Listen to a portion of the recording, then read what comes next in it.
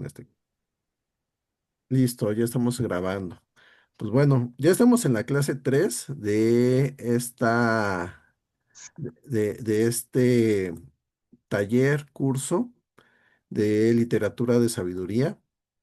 Entonces, pues bueno, un pequeño repaso a lo que hemos visto. Hemos visto qué es la sabiduría, que en hebreo es Jogma, que es una sabiduría que abarca todo, no solamente la parte moral, sino también las habilidades que podamos tener, saber cómo funcionan las cosas, cómo está hecha la misma creación y que pues eso nos lleva a conocer bien cómo funciona todo y en todo sentido, ¿no? Tanto lo físico, lo psicológico, lo espiritual. Entonces, eso es la sabiduría, es un concepto muy amplio. Y lo que empezamos a hacer fue un ejercicio mental donde nos imagináramos que los tres libros que vamos a leer, Proverbios, Eclesiastés y Job, son tres personas con ciertas características que se reúnen para hablar acerca de cómo se puede tener una buena vida. Entonces, la clase pasada vimos acerca de Proverbios, la asemejábamos con una mujer inteligente y joven que sabe cómo funcionan las cosas y que sabe tener buenos consejos. Tú le preguntas acerca de algo, de cómo tener un buen negocio, cómo tener una buena familia, cómo tener una vida próspera, y ella te va a saber contestar. Y lo que te contesta es correcto. Entonces, de eso asemejábamos a Proverbios con esa mujer que es entusiasta, que busca que los demás también aprendan. Eh, Veíamos que el argumento de la mujer de Proverbios es que para tener una buena vida hay que buscar la sabiduría. Entonces, de eso se trata su argumento y de eso se trata el libro de Proverbios, de que busquemos la sabiduría para tener una buena vida. Voy a insistir en todo esto, en los tres argumentos siempre va a haber un hilo conductor y una conclusión que nos van a decir los tres autores, y esto es que para tener sabiduría hay que tener temor a Dios. El principio de la sabiduría es el temor a Dios o el temor de Dios. Entonces, hablábamos también acerca de lo que es el temor a Dios, que no es tenerle miedo, sino más bien es tener una reverencia a quién es Él y por lo tanto reconocer humildemente pues nuestra situación ante Él y nuestras limitaciones ante Él. Y eso es tener temor de Dios. Eh, pues bueno, ante el argumento de la mujer joven, inteligente, del cual todos estamos de acuerdo, yo creo. Cuando leemos Proverbios, como que decimos, sí, pues así es. O sea, no podríamos decir, no, no debiera ser así. Pero entonces va a hablar el segundo libro, la segunda persona, que va a ser Eclesiastés, el cual lo identificamos como el crítico de mediana edad. Alguien que a lo mejor ya está por alrededor de los 40 años, que ha vivido de todo y que también se ha dado cuenta que las cosas a veces no funcionan como lo narra Proverbios, de que a lo mejor ha visto, conocido personas o él mismo ha buscado vivir conforme a la sabiduría de Proverbios y no le ha salido nada bien, donde a lo mejor por ser recto y honrado, lo han corrido del trabajo, donde a las personas buenas les ha ido mal, a las personas malas les ha ido bien, donde alguien que actúa con justicia muchas veces es maltratado y no logra nada, donde a veces las cosas pues simplemente no funcionan conforme a la sabiduría de Proverbios.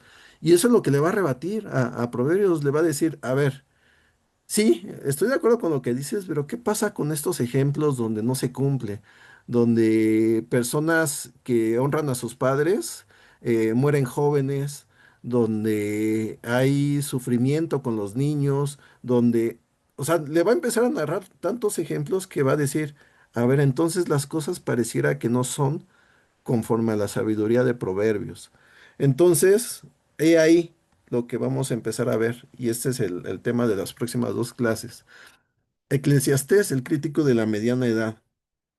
Entonces, estamos en la clase 3, Eclesiastés. Ya debieron haber visto estos videos acerca de Eclesiastés, el paso del tiempo, la muerte y la naturaleza aleatoria de la vida, y un resumen del libro de Eclesiastés. Ya debieron haber escuchado el podcast de por qué hacer lo correcto. No siempre garantiza que nos vaya bien.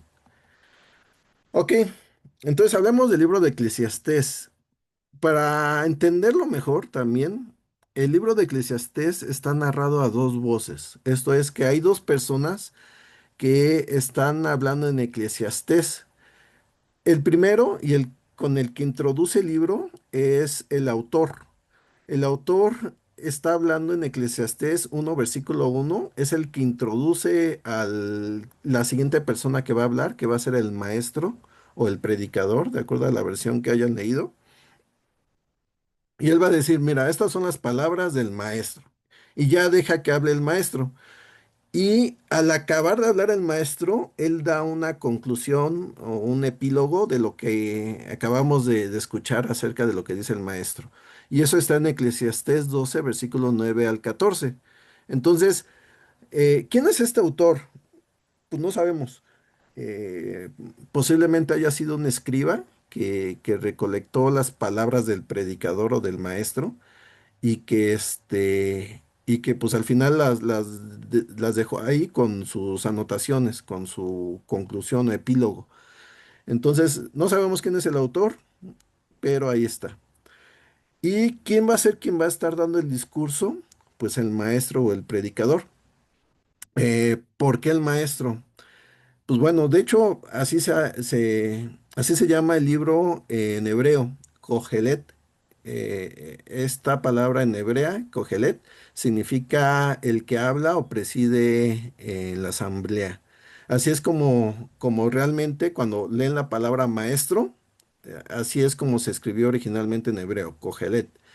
Entonces, básicamente el Kohelet es aquella persona que reúne la asamblea y quien la preside es quien habla, es quien está dirigiendo esa asamblea y quien expone lo que va a exponer.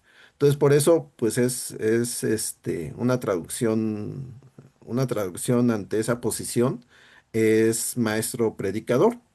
Ahora, ¿por qué entonces se llama Eclesiastés? Porque Eclesiastés es la traducción de Cogelet, pero al griego. Cuando se tradujo el Antiguo Testamento del hebreo al griego, se tradujo Cogelet como Eclesiastés. ¿Y qué significa Eclesiastés? Pues lo mismo. De hecho, no sé si les suena otra esta palabra de Eclesiastés de eclesia. Eclesia, ¿qué es? Es la iglesia. Y la iglesia significa asamblea. Entonces, básicamente, por eso dice también, por eso se traduce como predicador, porque eclesiastés es aquel que dirige la asamblea, que también se relaciona con la iglesia. Entonces, es la persona que preside o que habla en la asamblea. Por eso se llama eclesiastés. Se está refiriendo al maestro, al que está dando ese discurso en este libro. Ahora, ya vimos cuál era el argumento de Proverbios, que para tener una buena vida hay que buscar la sabiduría. Ahora, ¿cuál es el argumento de Eclesiastés? Él básicamente va a argumentar que la vida es aleatoria y temporal, además de que la sabiduría no garantiza una buena vida en esta tierra, por lo que hay que disfrutar lo que tenemos en el momento y temer a Dios. A veces pareciera que inclusive contradice el argumento de Eclesiastés a lo que dice Proverbios. Pareciera que hay una contradicción ahí. Pero cuando vemos más a fondo lo que nos dice Eclesiastés, no lo está contradiciendo, lo está complementando. Y lo que sí es de que está tomando en cuenta cosas que no está tomando en cuenta el libro de Proverbios. Está hablando de cosas que parecieran que no son justas, inclusive hasta un poco deprimentes, ¿no? Este, pero de eso es lo que va a estar tratando el maestro. Va a decir, mira, van a suceder muchas cosas injustas, hay muchas situaciones que no se cumple lo que dice de acuerdo a la sabiduría de Proverbios, pero aún así, lo mejor que podemos hacer para tener una buena vida es pues disfrutar de los frutos de nuestro trabajo, disfrutar de lo que tenemos en este momento, es no complicarnos la vida, es no pensar cómo deberían ser las cosas, sino pues disfrutar de las cosas como son y también temer a Dios, porque en algún momento le vamos a rendir cuentas.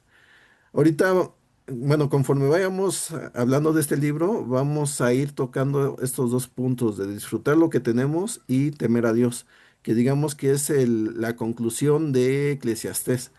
Entonces va a complementar lo que dice Proverbios, va a decir, las cosas no son siempre como nos dice Proverbios, pero aún así debemos temer a Dios y lo mejor que podemos hacer es disfrutar de lo que tenemos.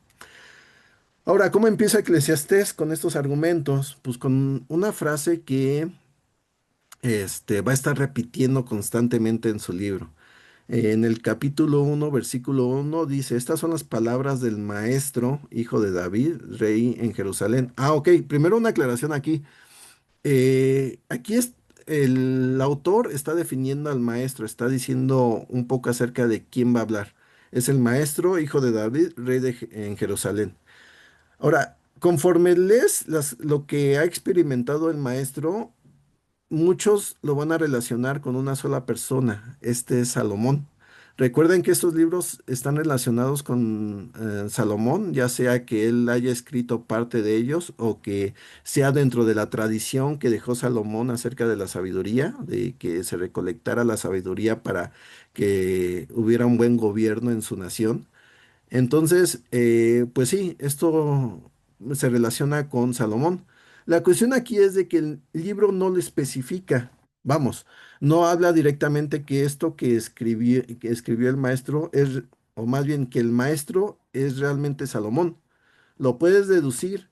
Y hay cosas a lo mejor que también son discutidas. De hecho, en uno de los podcasts habla acerca precisamente de esta discusión, de que hay quienes piensan que el maestro no es Salomón, por el simple hecho de que no lo dice el mismo libro de Eclesiastés, y de que hay cosas que son un poco contradictorias.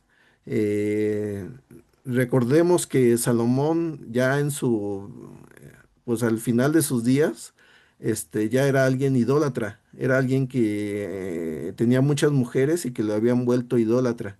Entonces, eso no checa con lo que dice Eclesiastés. Entonces, hay mucha discusión ahí, porque muchos piensan que ya en los últimos días de su vida se arrepintió, pero eso no lo dice la Biblia, o sea, no lo niega, pero no lo dice. Entonces, no sabemos exactamente quién haya escrito estas palabras del maestro. Sin embargo, sí hay muchas cosas que son semejantes a lo que vivió Salomón. Entonces, mi postura sí es que lo escribió Salomón, pero no debemos ser como tajantes en pensar que así fue. Si no fue así, pues no pasa nada.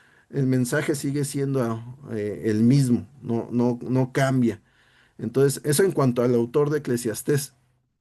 Eh, Ahora, volvemos al argumento de Eclesiastés. Él va a estar repitiendo mucho estas palabras. Vanidad de vanidades, dice el maestro. Vanidad de vanidades. Todo es vanidad. Ok, vamos a detenernos aquí. Les quiero preguntar. eh, ¿Qué significa esto? ¿Qué significa esto que se va a repetir? Vanidad de vanidades, todo es vanidad. Pues que todo es vano, ¿no? Que no te lleva a nada, ¿no? No te lleva a nada. A ver, Pues sí. les comentaba al principio que vamos a filosofar un poco. Entonces, bajo ese argumento de que todo es vano, de que no tiene sentido, no vale nada, entonces, ¿para qué vivimos? ¿Para qué venimos nosotros al mundo o no A ver. entendí? Sí, o sea, ¿para qué vivimos? Ah, ¿para qué vivimos? ¿Para qué vivimos? Bueno, en este caso yo pienso que para tener una vida más mejor, un más adecuada a lo que, en el caso que ya conocemos de Dios, pues que nos enseña Él, ¿no? Ok, Yo así lo. pero entonces aquí vuelve a entrar el argumento del maestro. Pero si eso también es vano, entonces ¿para qué esforzarte? ¿Para qué vivir conforme a la voluntad de Dios? A ver, es un poco, digo, Sí, complicado. el maestro es un poco el abogado del diablo, ¿no? En el sentido de que, vamos a describir un poco al maestro. El maestro es aquella persona que pareciera que está en contra de todo, que son aquellas personas que tú propones un plan y explicas las ventajas y cómo se va a hacer y todo bien, y que al final habla y te tira todo. Te dice, no, pero eso no va a salir, no va a salir bien porque va a pasar esto. Y lo peor del caso es que pareciera que tiene razón. Entonces, es alguien inteligente, pero que te tira todo, te tira, voy a insistir, la enseñanza que teníamos de proverbios es correcta, está bien, pero al final te va a decir, pero no siempre aplica. Entonces, ¿para qué vivir conforme a esa enseñanza? Y de hecho lo va a cuestionar el tener sabiduría, va a decir, a mí lo que me provocó la sabiduría es sufrimiento. Entre más se sabe, más se sufre. Ujú. Entonces, ¿para qué buscas la sabiduría si no te garantiza la buena vida?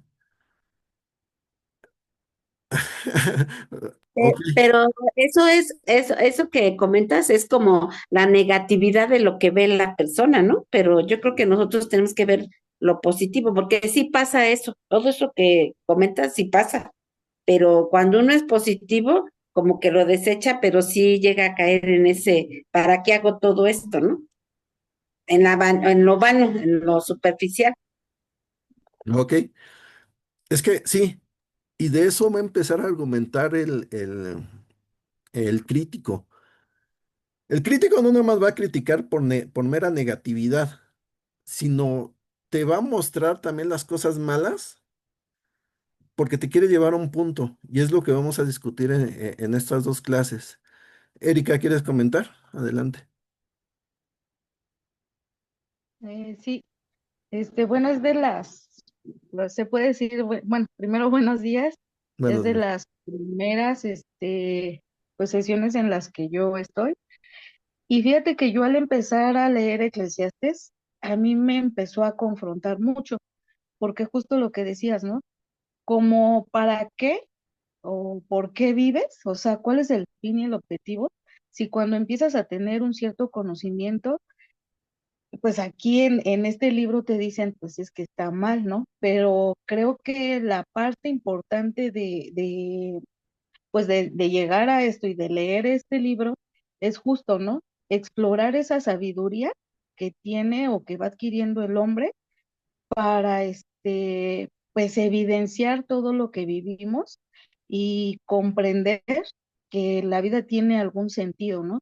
Que no nada más es aparentemente tener una sabiduría, porque pues a veces no ah, nos creemos sabios o creemos tener algún conocimiento, pero no lo podemos aplicar, ¿no? No lo llevamos a lo que es pues la vida como nos lo va marcando, pues Dios y nos dice, a final de cuentas sí tienes algo de sabiduría, pero ¿cómo la aplicas, no?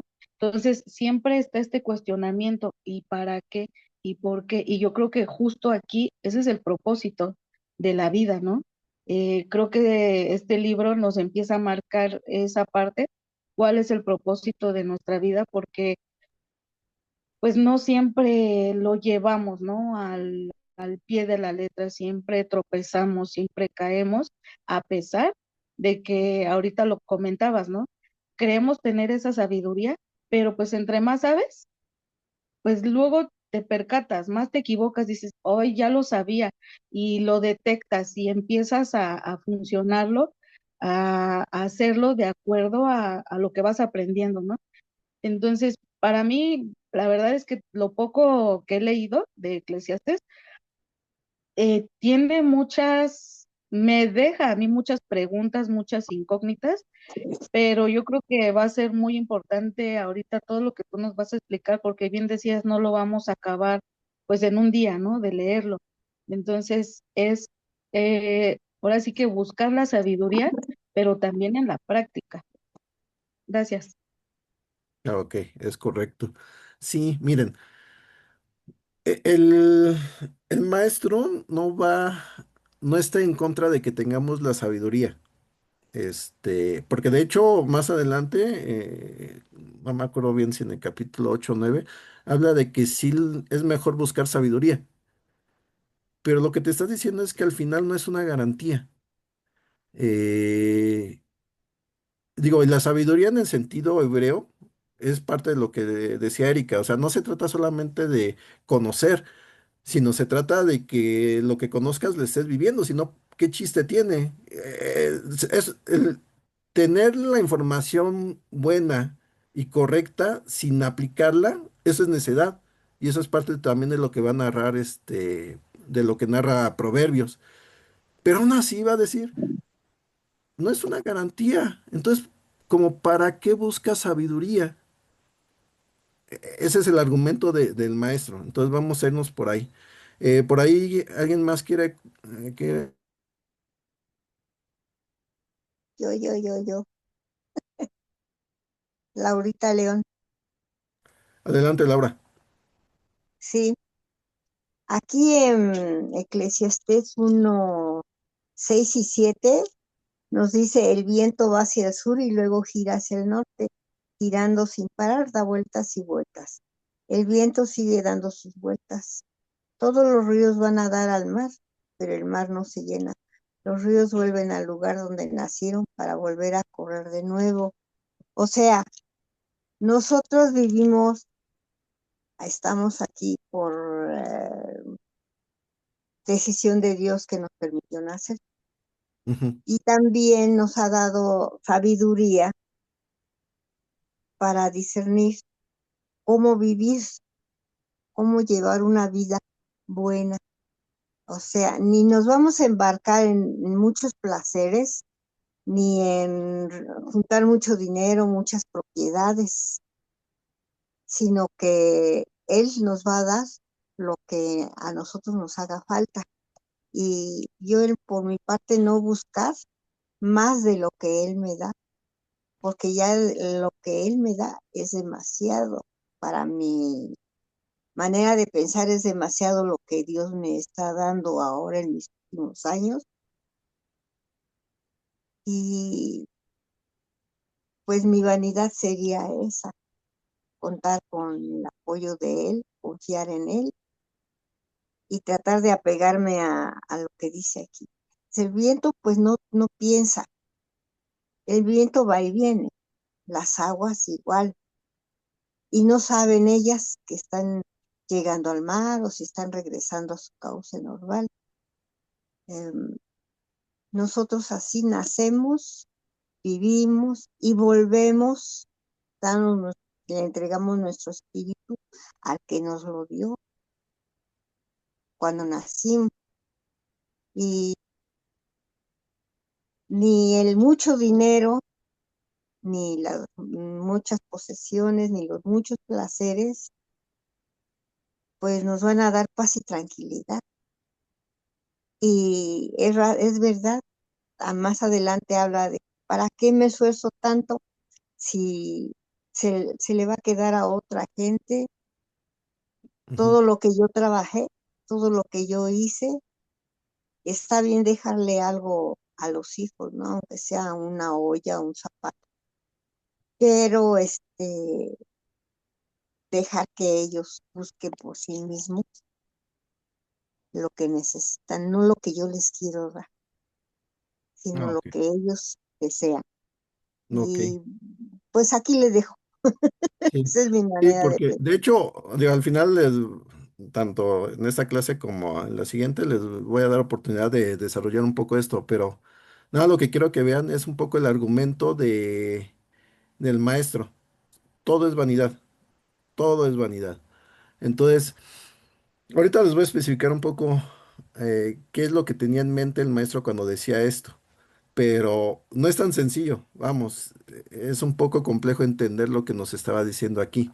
Entonces, vamos de regreso a la presentación y ahorita volvemos a platicar.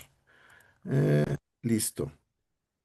Ok, entonces, Nos dice, su argumento principal, y lo va a estar repitiendo varias veces, es que vanidad de vanidades, todo es vanidad. Y vamos a hablar un poco más acerca de qué es eso. Y también dice, francamente, mientras más sabiduría, más problemas. Mientras más se sabe, más se sufre. Entonces, él pareciera contradecir a lo que dice Proverbios, de que para tener una buena vida hay que buscar la sabiduría. Pero él lo que nos está diciendo es, pues yo entre más sabiduría encontré, más problemas vi. Entre más supe, más sufrí. Entonces, hasta sonó el verso, ¿no? Pero sí, o sea, él va a decir, la sabiduría no es una garantía. Entre más sabes, te vas a dar cuenta de que de que las cosas no funcionan como deberían. A mí me pasó algo así cuando yo estudié en la universidad. Les voy a platicar un poco. Cuando estudié en la universidad hubo una clase que hablaba acerca del sistema financiero mexicano. Yo estudié administración y vimos acerca del problema del Fobaproa, de cómo fue un problema que originaron los mismos banqueros por ambición, empezaron a querer dar crédito sin una garantía.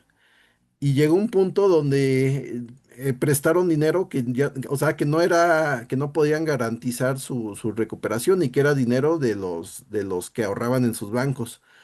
Entonces, cuando explotó todo, cuando ya no pudieron recuperar y demás, lo que pasó fue que pues se iban a declarar en bancarrota y se van a perder el dinero pues de los que habían ahorrado en su banco. Entonces lo que hizo el gobierno fue agarrar del impuesto de los contribuyentes y dar ese dinero a los bancos para que no pasara eso. Y no hubo ninguna consecuencia para los que hicieron eso, para los banqueros. Entonces yo cuando me empecé a ver todo eso y empecé a entenderlo, o sea, me dio una crisis existencial muy fuerte porque decía, ¿cómo es posible, no? Que se permita eso sin ninguna consecuencia de aquellos que lo hicieron y perjudicando a aquellos que pues trabajan con el impuesto de los de todas las personas que tienen un trabajo formal. Eh, entonces me daba cuenta, yo, yo me sentía como, ¿cómo es posible, no? Que pase eso, pero además me sentía así porque ya lo conocía. Antes de conocerlo decía, "Ah, pues ya las cosas son como son, ¿no?" Pero entre más conocía de cosas, me daba cuenta de las injusticias que había, de todo lo que existe que de un mundo donde las cosas no son como deberían ser. Causa dolor, causa pesar. Entonces, aquí es donde entiendo un poco lo que dice el maestro. Mientras más se sabe, más se sufre. Y sí, por ahí va el argumento de Eclesiastés. Te das cuenta de que las cosas no son como deberían, de que la justicia no se está aplicando como se debiera aplicar. Pero el argumento de Eclesiastés termina concluyendo lo siguiente, tanto lo que dice el maestro como lo que dice el autor. Lo que dice el maestro va a concluir en lo siguiente, en Eclesiastés 12, versículo 6. Acuérdate de tu Creador antes de que se rompa el cordón de plata y se quiebre la vasija de oro y se estrelle el cántaro contra la fuente y se rompa la polea del pozo. eh, Volverá entonces el polvo a la tierra como antes fue, y el espíritu volverá a Dios, que es quien lo dio. Vanidad de vanidades, todo es vanidad, dice el maestro. Lo que dice el maestro, lo que concluye, estas son sus últimas palabras en su discurso, es que lo mejor que podemos hacer es acordarnos de Dios. O sea, ya antes de que seamos viejos, porque todo este poema del último discurso habla acerca de la vejez. Dice, antes de que seamos viejos, hay que acordarnos de Dios, porque en algún momento vamos a rendirle cuentas. Y porque todo lo demás, todo es vanidad. Todo es vanidad. Y ahorita también vamos a hablar acerca de a qué se refiere con que todo es vanidad. Pero eso es lo que termina concluyendo. O sea, todo este discurso que pareciera pesimista y que pareciera negativo, lo que termina diciendo es que todo esto me ha llevado a darme cuenta que lo mejor que puedo hacer es acordarme de Dios. Desde mi juventud, lo mejor que puedo hacer es acordarme de Dios. Y lo que va a terminar concluyendo el autor es que el fin de este asunto es que ya se ha escuchado todo. Teme a Dios y cumple sus mandamientos, porque esto es el todo para el hombre. Pues Dios juzgará toda obra, buena o mala, aun la realizada en secreto. Es la misma conclusión, nada más que aquí lo dice con más claridad. Dice, teme a Dios y cumple sus mandamientos, porque esto es todo para el hombre. Entonces, bajo todo el argumento, te debe llevar a esta misma conclusión, de que lo mejor que alguien puede hacer es temer a Dios y cumplir sus mandamientos. Entonces, vamos a ir viendo cómo se desarrolla esta idea. Bueno, antes de eso también vamos a ver las características del libro de Eclesiastés. Eh, el libro de Eclesiastés tiene una curiosidad. Se leía en una fiesta judía que es la de los tabernáculos, el Sukkot. Entonces, esta fiesta está relacionado con la agricultura y el recuerdo del peregrinado de los israelitas de Egipto a la tierra prometida, lo que es el Éxodo. En ese entonces, pues, mientras la gente se dirigía a la tierra prometida, pues habitaban en tiendas de campaña. Aquí dice de campana, no, de campana no, en tiendas de campaña.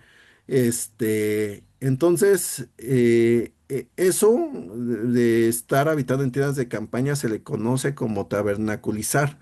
Un tabernáculo era básicamente una tienda de acampar. Entonces es un recuerdo de eso, pero resulta curioso por qué en esa fiesta que nos recordaba la agricultura y el éxodo se leía Eclesiastés. Pues un poco por el sentido del libro, ¿no? De hacia dónde te está llevando. Es primero recordar que estamos todavía en una vida terrenal. Y segundo, que es temporal y que por lo tanto lo mejor que podemos hacer es disfrutar de lo que tenemos en este momento. Y entonces en esa fiesta se celebraba la agricultura, era una fiesta como tal. Dirás, pues bueno, ¿por qué se lee un libro un poco deprimente, en una fiesta? Porque te llevaba a recordar eso, de que en algún momento las cosas se van a acabar, de que las cosas son efímeras. Por lo tanto, disfruta este momento, disfruta lo que estás viviendo en este momento. Y pues la gente daba rienda suelta, ¿no? Así, pues festejaba entonces, entendiendo que lo mejor que podía hacer en ese momento era, pues, festejar y que la vida es terrenal. Esto de tabernaculizar también es una imagen de que tenemos una vida terrenal efímera. Cuando en Juan habla acerca de Jesús, de que Él se encarnó y vivió entre nosotros o habitó entre nosotros, la palabra que usa es eso, tabernaculizar. Él dice la Biblia que tabernaculizó entre nosotros. Y es un poco esta imagen de que estamos en esta vida de forma temporal, de que las cosas no van a ser siempre así, de que las cosas no van a ser siempre conforme a las injusticias que dice el libro de Eclesiastés.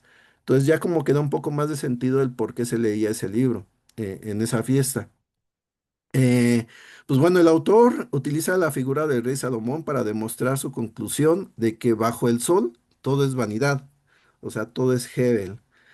A ver, van a encontrar mucho esta frase de bajo el sol, que para no ahondar tanto, lo que quiere decir es se está refiriendo a todo lo terrenal, a todo lo que es la vida terrenal, esta frase de bajo el sol, y la van a leer muchas veces en el libro de Eclesiastés.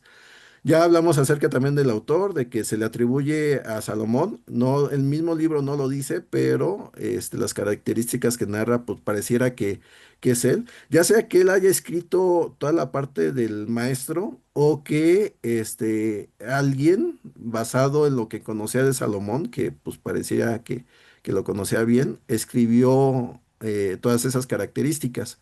Pero bueno, se le atribuyen a esta figura de Salomón. Ahora, todo lo que hay bajo el sol, ya vemos que es la vida terrenal, es vanidad. Y esta palabra de vanidad hay que ahondar un poco lo que significa. Vanidad viene de la traducción del hebreo que es Hebel. Y Hebel, en su sentido más básico, es humo o vapor. Em, y vamos a desarrollar esta ilustración.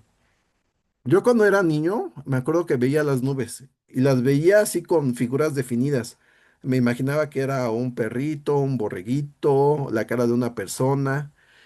Y yo me imaginaba que la textura de las nubes era como la del algodón, de que se podía tocar, de que se podía, de que pues era algo definido. O sea, a pesar de que se veía así esponjoso y curioso, yo sentía que se podía tocar como pues un poco más sólido, como sería el algodón. Entonces me acuerdo cuando me di cuenta que no era así, porque de niño fuimos a Oaxaca. Y me acuerdo que en la sierra se veían las nubes como estaban por debajo de la punta de la sierra. Entonces llegaba un punto donde empezamos a alcanzar las nubes. Y yo me imaginé, pues ahora sí voy a poder tocar, tocar la nube, a ver cómo es. Y conforme nos íbamos acercando, menos se veía la nube y más se veía borroso. Era la neblina. Entonces me daba cuenta entonces que la nube no era algo definido, sino entre más te acercabas, más indefinido era borroso. Y esta es la idea principal de esta palabra Hebel, con la que se traduce vanidad. Es algo que es indefinido, es algo que no tiene una forma clara y que entre más te acercas pareciera que no tiene forma. Entonces, esto de vanidad no significa que no tenga sentido, que es algo vano, que no, que es un absurdo, que no tiene un sentido del ser, sino más bien es algo que no es claro y que así como también la neblina en la mañana aparece y de repente desaparece, es algo efímero. Es esta idea, y tengan en cuenta siempre esta idea del vapor, del humo, que es algo que parece que tiene forma, pero entre más quieres acercarte a tocarlo, no puedes porque no es definido, no, es algo indefinido, es algo que no parece ser muy claro, ya que una vez que lo quieres tocar, que quieres tenerlo. Entonces, eso es lo que significa vanidad, eso es lo que significa Hebel, y le da otro sentido cada vez que dice que todo es vanidad. Ahorita lo vamos a estar especificando. La frase bajo el sol se refiere a la vida terrenal, en lo que comentaba, y por lo tanto la perspectiva del maestro es meramente terrenal. Todo lo que nos está diciendo no se está hablando de una sabiduría eterna, y de ahí que pareciera contrastarse con Proverbios, porque Proverbios sí tiene en cuenta la sabiduría eterna. Les decía que Proverbios está hablando de la sabiduría que viene de Dios y que es la que va a terminar gobernando. Pero en este mundo corrupto, la sabiduría está corrupta. O sea, hay cosas buenas, pero a la vez hay cosas corruptas que han hecho que esa sabiduría esté torcida. Me acuerdo que en uno de los podcasts hablaban de una frase de que la justicia y la sabiduría es como un arco, que bien en este mundo se puede estar torciendo, pero en algún momento va a regresar a donde tiene que ir, a la verdad.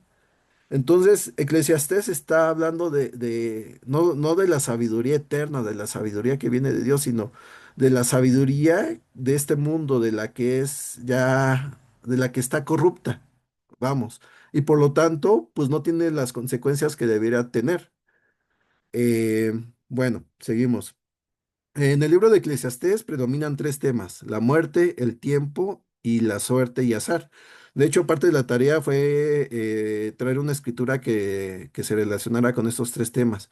Esos tres temas son los que predominan durante todo el discurso y los vamos a ir hablando ya un poco más a detalle conforme vayamos viendo las escrituras. Mm, el libro de Eclesiastés hace uso de figuras poéticas y discursos filosóficos para hacernos reflexionar y cuestionar sobre la vida y su aleatoriedad, o sea, su azar. Eh, el libro de Eclesiastés está escrito como si fuera un discurso filosófico. No son proverbios como el libro de Proverbios, aunque también tiene proverbios, pero no es lo principal del libro. No es un diálogo como Job, sino es un discurso al- a un nivel muy elevado. Te lleva a meditar acerca de filosofías que a lo mejor no habías pensado y que de hecho se desarrollaron posteriormente en la cultura griega. y que más adelante, actualmente todavía siguen vigentes algunas de estas ideas, ¿no? El hedonismo, de que lo mejor que podemos hacer es buscar el placer y la felicidad, el pragmatismo, de que lo mejor es conseguir resultados, es dejar un legado. Todo eso es cuestionado, esas filosofías que todavía existen, son cuestionadas por el autor de Eclesiastés, por el maestro. Va a decir, yo conseguí todo eso, el propósito final de todo eso, disfruté todo lo que podía disfrutar, tengo todo lo que podía tener, el materialismo, dejé un legado enorme y aún así me doy cuenta que todo es Hebel, que no tiene forma, que no te lleva a nada, que es efímero. Entonces, de eso va a tratar y es la manera en que está escrito el libro de Eclesiastés. Entonces, pareciera ser muy pesimista su discurso, pero en realidad lo que busca es la aceptación de una vida que no comprendemos del todo y de que nos comportemos entendiendo que le rendiremos cuentas a Dios, lo que veíamos hace rato. La sabiduría, en ese sentido, no es una certeza de bienestar, es una probabilidad. Lo que nos va a decir el libro de Eclesiastés no es tanto que la sabiduría, que no busquemos la sabiduría, sino lo que dice es que la sabiduría es Hebel. La sabiduría no es una garantía de que realmente vas a tener una buena vida. Por lo menos no bajo el sol, no en esta tierra. Entonces, ¿debemos buscar la sabiduría, sí o no? Lo que dice el autor es sí, porque el buscar la sabiduría te da más probabilidad de que sí tengas esa vida buena, de que tomes mejores decisiones que te lleven a tener una mejor vida, aunque no es una garantía, aunque es Hebel. Entonces, eso va a terminar diciendo acerca de la sabiduría. Entonces, la actitud que se busca es la de humildad ante la vida. No sabemos ni podemos saber el por qué sucede todo lo que sucede, por lo que la mejor actitud es la gratitud y temor a Dios.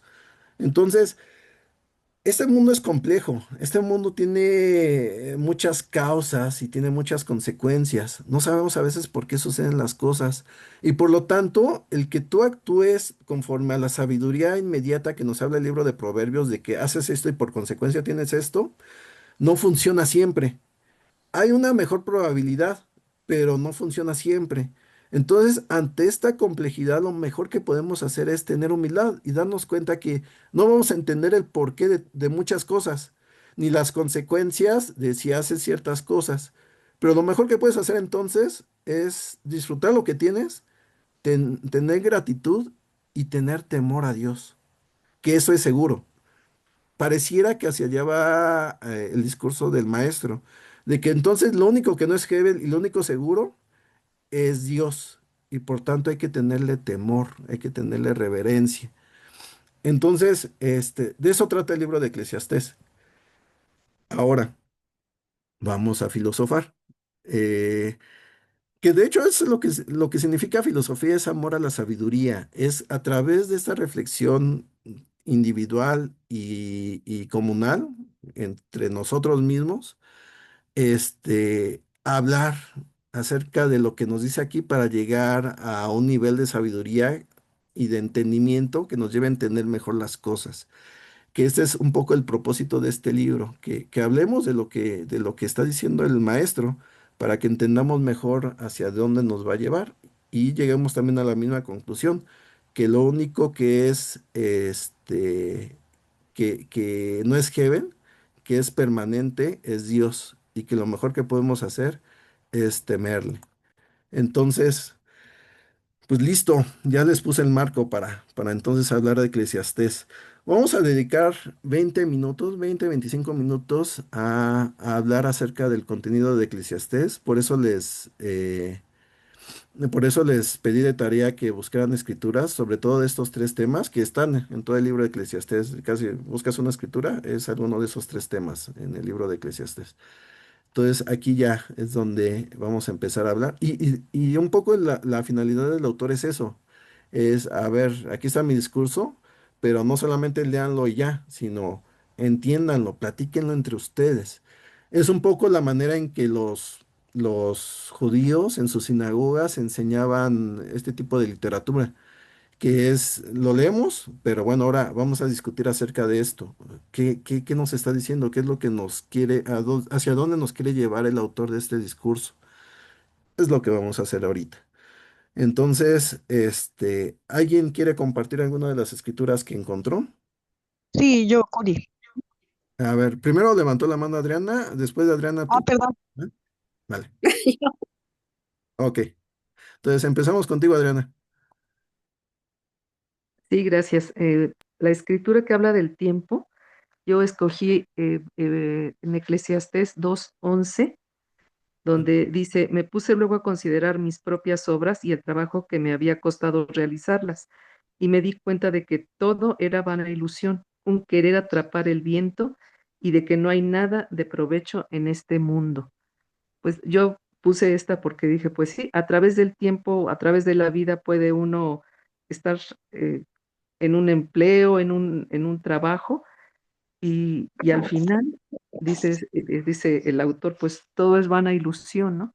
Entonces esto nos habla del tiempo en esta tierra.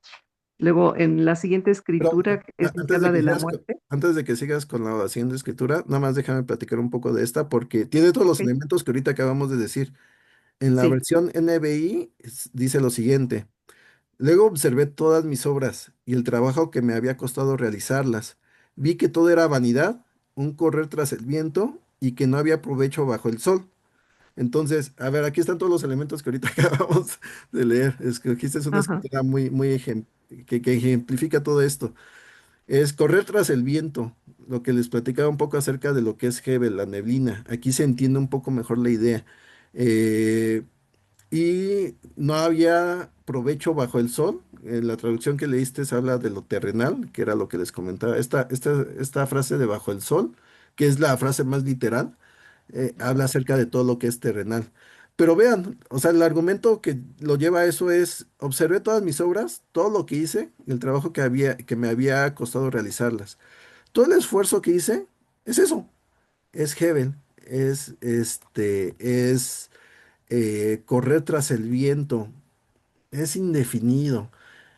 Cuando entiendes también, si estamos pensando en la historia de Salomón, cuando entiendes eh, qué fue lo que legó, se puede entender un poco mejor esto que está diciendo. Y de hecho, no estaba consciente el autor de lo que iba a pasar después.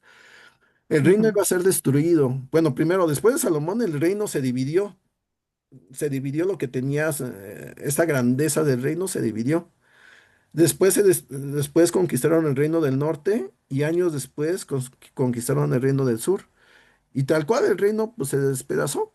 Entonces aquel legado tan grande que había dejado fue destruido, no quedó. Pero hubo un legado que a lo mejor fue de los que no pensó que iba a continuar, que fue el de la sabiduría. Entonces es indefinido. O sea, tal vez todo lo que había creado y todo lo que había hecho no se dio cuenta qué es lo que iba a quedar y qué sí. Pero pues bueno, al final lo que dice es, no me sirve de tanto todo lo que hice, porque al final, pues es Hebel, es efímero, no es definido, no sé qué es lo que realmente va a quedarse o no.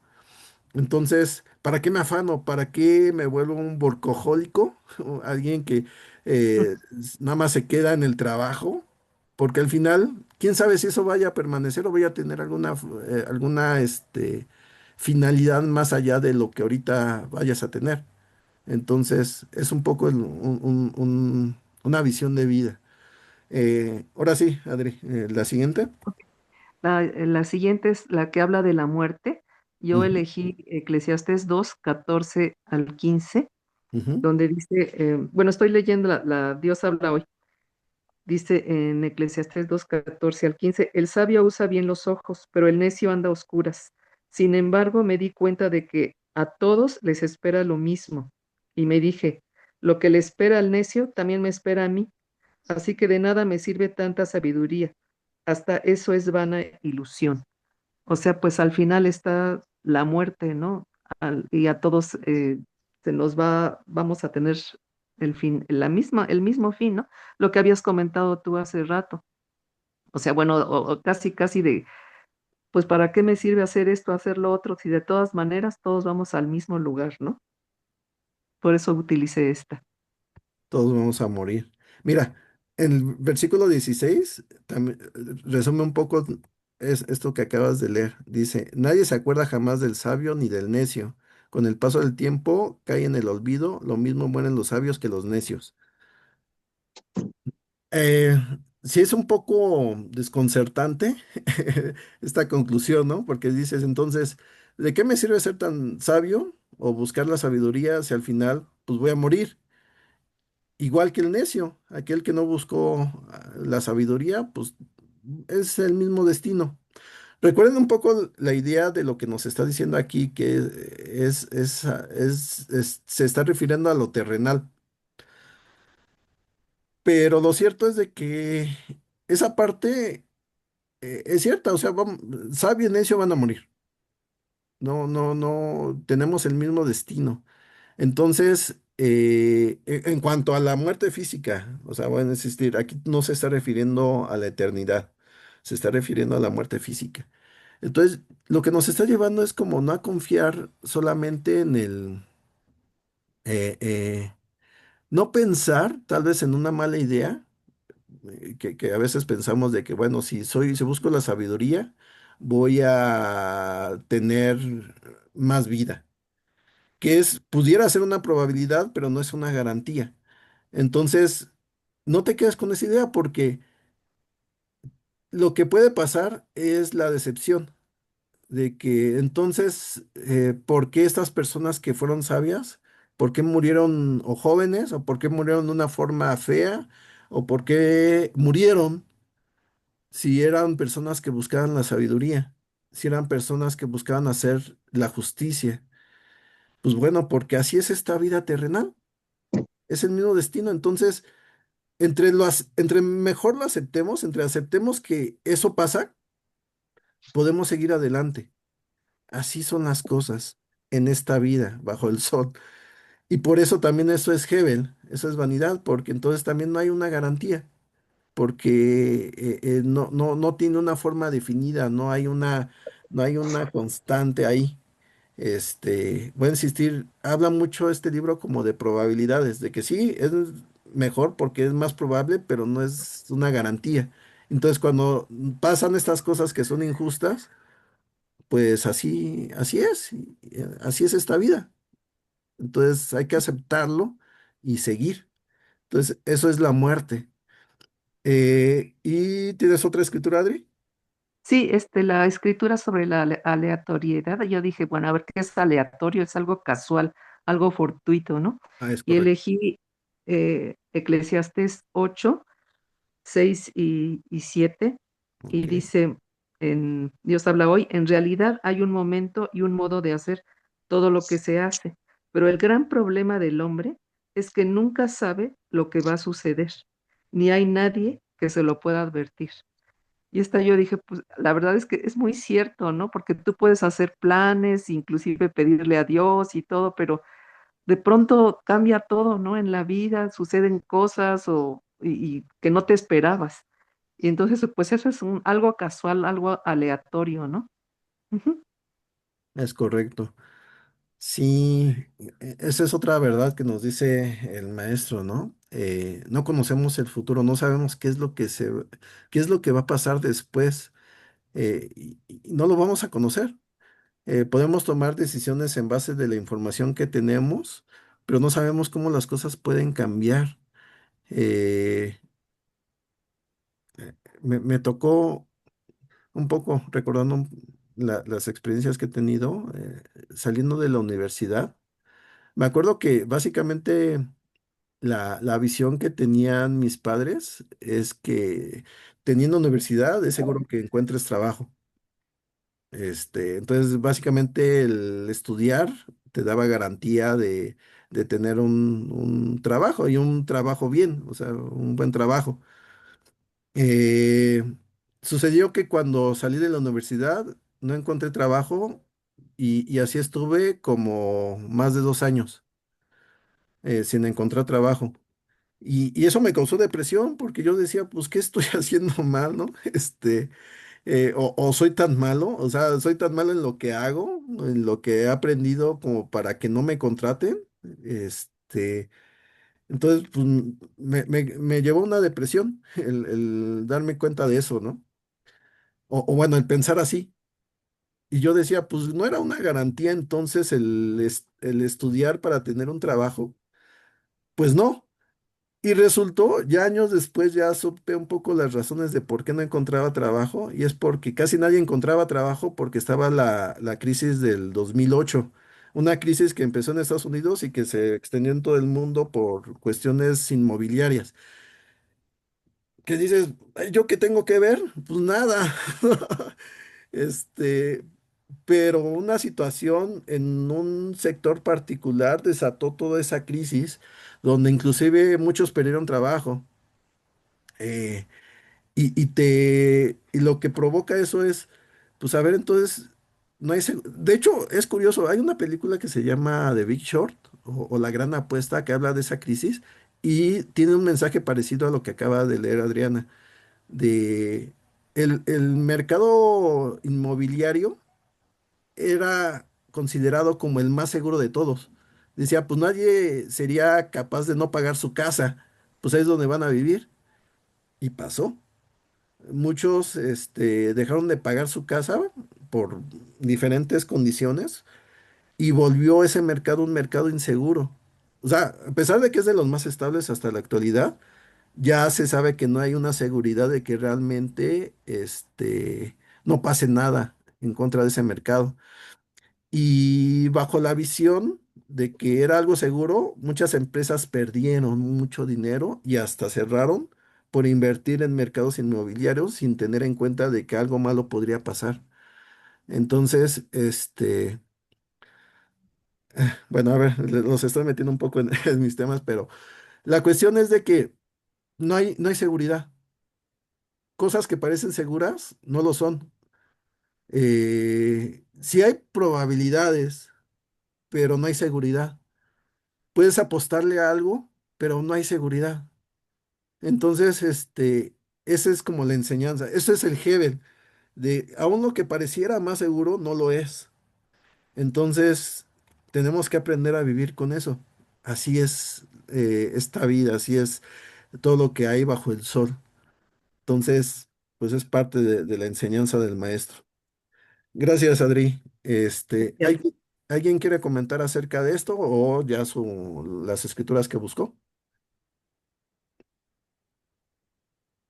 Ok. ¿Alguien quiere compartir las escrituras? Cori, Ajá. adelante, Bueno, Cori. mira, eh, mi primera duda, y por eso no busqué las tres preguntas, solo busqué una, Ujú. es porque en mi Biblia tengo el libro de sabiduría. Ah, ok. ¿Tú me, tú me puedes contestar eso? Sí, es... ah, a ver, ¿cómo se lo, cómo se lo resumo? ¿Cómo se lo resumo? Hay libros Ajá. que no se consideran dentro del canon, del canon hebreo o canon del Antiguo Testamento, que que los católicos sí consideran dentro como, como canónicos. Y cuando me estoy refiriendo a canónicos, me estoy refiriendo a que son considerados como inspirados por Dios. Entonces, los judíos en la antigüedad sí marcaban esa división, sí decían, estos libros, casi desde el comienzo, casi desde que se van a conocer los libros, decían, estos libros vienen de Dios y estos libros no. Que no vengan de Dios, que no sean inspirados de Dios, no significa que sean malos. Lo que significa es de que no tienen la misma autoridad, de que la autoridad de un libro escrito, o más bien que fue inspirado por Dios, por el Espíritu Santo, pues es un libro que tiene la sabiduría divina. Y un libro que no tiene esta sabiduría divina es un libro que es falible, que viene, que Ah, puede tener buenas enseñanzas, pero que no, ¿no tiene tanto peso? no es de Dios, ajá. Ya. Entonces, que no es palabra de Dios, pero son buenas enseñanzas o enseñanzas relacionadas con la cultura judía. Entonces, dentro de esos libros, pues tenían, o sea, tenían libros muy apreciados, libros que apreciaban mucho, aunque sí hacían esa diferenciación.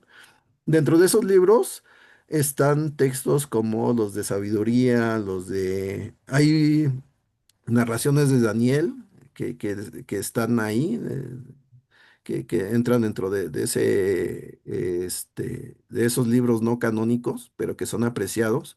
Los libros de Macabeos, y no me Ujú. acuerdo qué otros libros. Eclesiástico, Tobit, Tobit, Eclesiástico. Esther. Entonces, esos libros, no, Esther sí es canónico. Esos libros, entonces, para la Iglesia Católica, como vieron que eran muy apreciados por los judíos, ellos sí los consideran como inspirados por Dios. Entonces, en Biblias que son más tendiente al catolicismo, donde los editores son católicos, los ponen dentro del canon de la Biblia. Y las libras que son más como protestantes, que no son católicas, o una de dos, o los incluyen, pero en una sección aparte, entre el Antiguo y Nuevo Testamento, como libros deuterocanónicos, más allá de la canonicidad, significa deuterocanónicos, o sea, que no son canónicos, los ponen ahí aparte, como que, pues bueno, estos libros existían y eran apreciados, pero no son inspirados.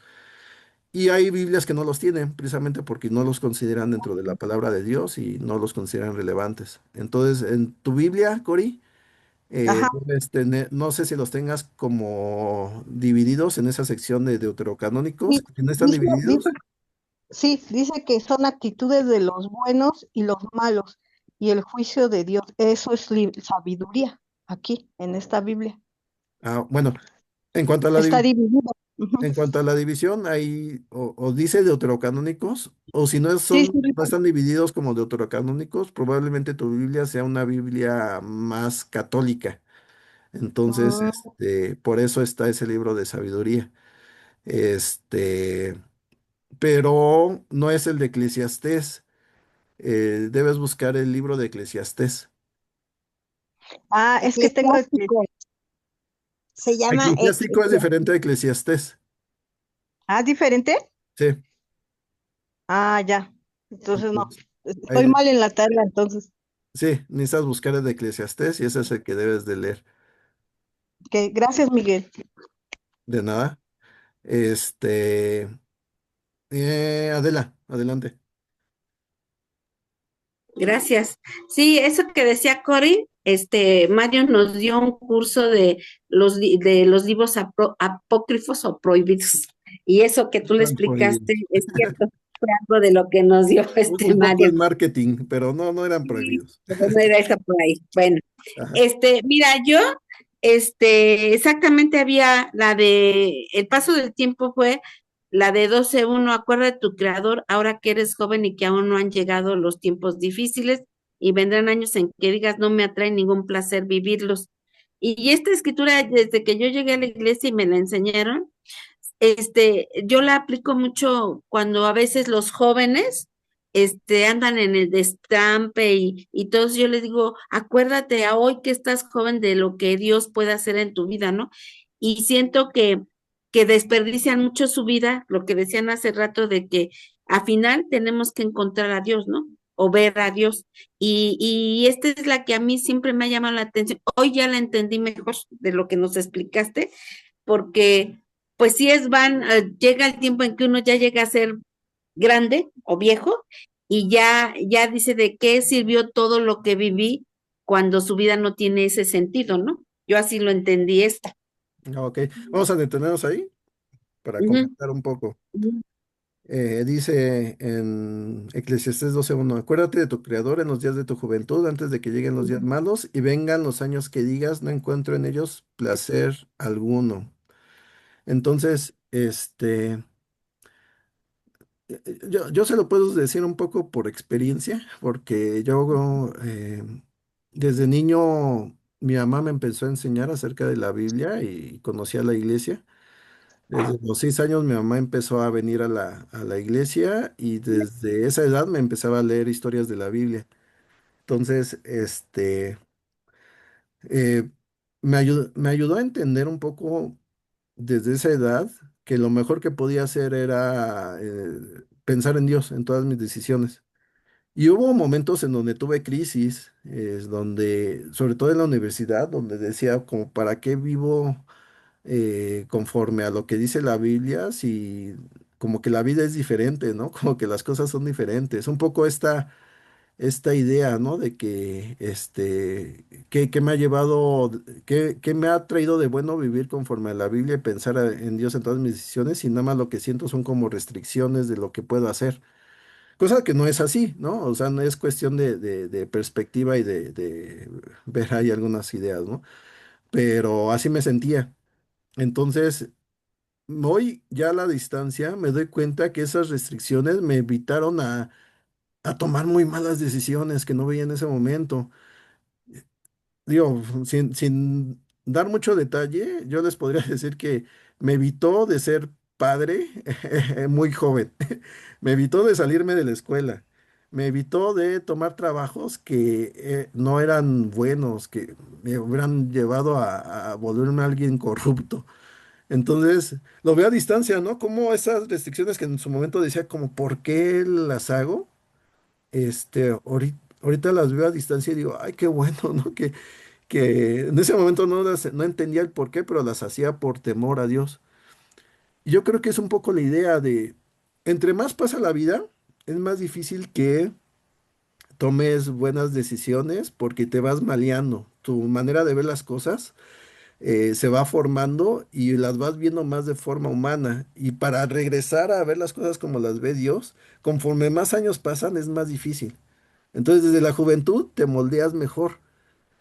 Por otro lado, las consecuencias. Las malas decisiones las empiezas a tomar desde joven. Entonces, si tomas malas decisiones va a tener consecuencias. No es lo mismo ahorita que las consecuencias de, por ejemplo, ahorita ya tengo a mi familia, eh, me casé a los 32 años, 4 años después ya tuve a mi hijo, o sea, un poco, igual y me tardé, pero bueno, ya con mejores condiciones, a las consecuencias de, por ejemplo, si hubiera sido un padre adolescente, ¿no?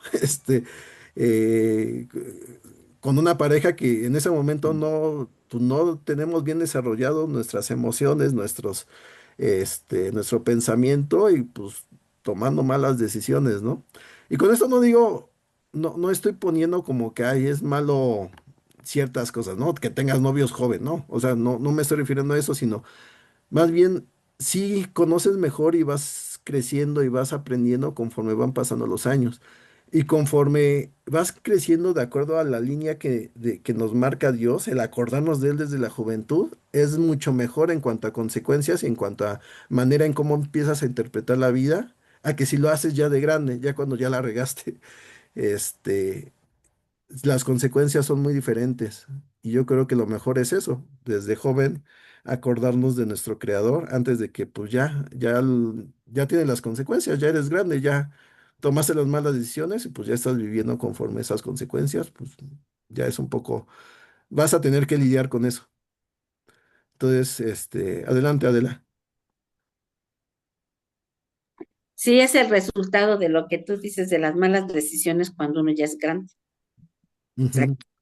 Y luego en el de la muerte escogí la 956 que dice, además los que viven saben que han de morir, pero los muertos ni saben nada ni ganan nada porque se le echa al olvido.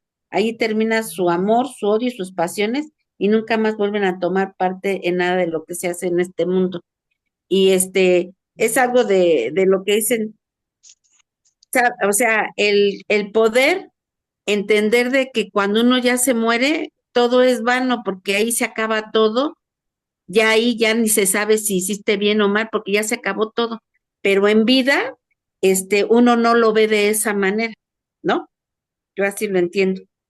Sí, te hace valorar, ¿no? Lo que ahorita que estamos Sí, vivos, pues entonces hay que aprovechar, ¿no? Y es un poco, eh, es un poco también entender que, pues bueno, también ya cuando morimos, pues bueno, ya no hay nada más. Eh, y pues conforme pasa el tiempo también vamos cayendo en el olvido. Un poco pasa lo de la película de Coco, ¿no? Entonces, pero esa es la realidad de esta vida terrenal. Entonces, digo, por eso cuando esto ya lo lees un poco a la luz de la eternidad, te das cuenta de lo maravilloso que es, ¿no? Porque eso ya no pasa en la eternidad y no todos van a tener esa ventaja o ese beneficio.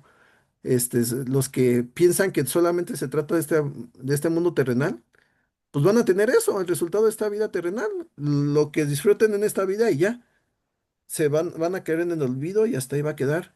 Pero aquellos que buscan la eternidad van a tener los beneficios de esa eternidad. Entonces, todavía le da una mayor potencia al mensaje de Jesús, de vivir la vida eterna. Pero bueno, está para pensarse. Y la última, La aleatoriedad, mira, la verdad yo no me quedaba muy claro hasta ahorita bien, que oí a Adri, pero yo escogí la 220.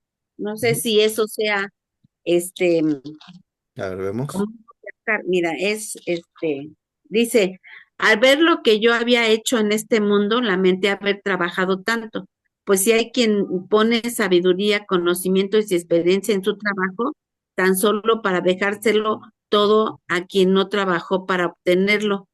Y también esto es vana ilusión y una gran injusticia. No sé si ahí entre esta, porque pues realmente mucha gente trabaja o trabajamos, no, pero no disfrutamos ya hasta cuando uno está grande, ya cuando uno ya está enfermo y todo eso es cuando apenas y si uno ahorró para su vejez, pues alcanza uno a disfrutarlo y si no, sigue sufriendo y por eso yo pienso, pues sí es cierto, y otros aprovechan, jóvenes aprovechan lo que tú trabajaste, ¿no?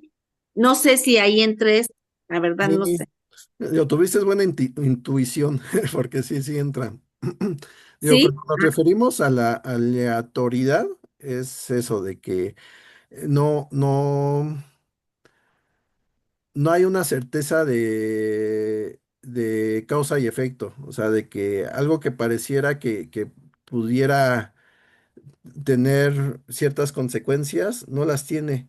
O sea, las cosas son más al azar, como un juego de cartas. No sabes qué carta te va a tocar. No depende de cómo muevas las cartas, ni de lo que desees, ni de cuánto trabajes, sino que pues las cosas salen de manera diferente, ¿no? Entonces, entonces es lo que nos dice aquí, tú puedes trabajar mucho por alguna cosa, ¿no? Pero al final alguien te lo puede quitar o alguien se lo va a quedar.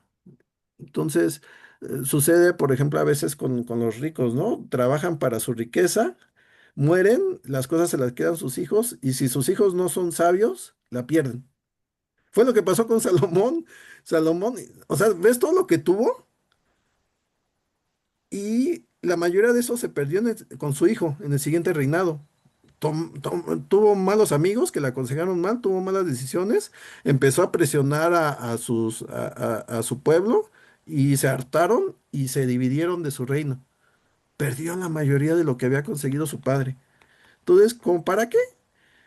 Sucede tal vez en la vida actual, ¿no? Puedes esforzarte por tener algo y te lo roban. Me acuerdo de un discípulo. Un discípulo compró un terreno, construyó en ese terreno su casa bien bonita, pero resultó que el terreno que compró era fraudulento y se lo quitaron. Tanto trabajo, ¿no? Así es. Entonces, no, que nuestra confianza no dependa de eso, que nuestra confianza no dependa de esas cosas, porque pueden pasar y aún buscando ser previsor, aún buscando tomar buenas decisiones. Este discípulo de verdad que hizo contrato, investigó un poco acerca del terreno y aún así no se dio cuenta de que el terreno, de que la persona que le vendió el terreno no era el dueño. Entonces, pues, ¿qué haces, no? Si así son las cosas. Entonces,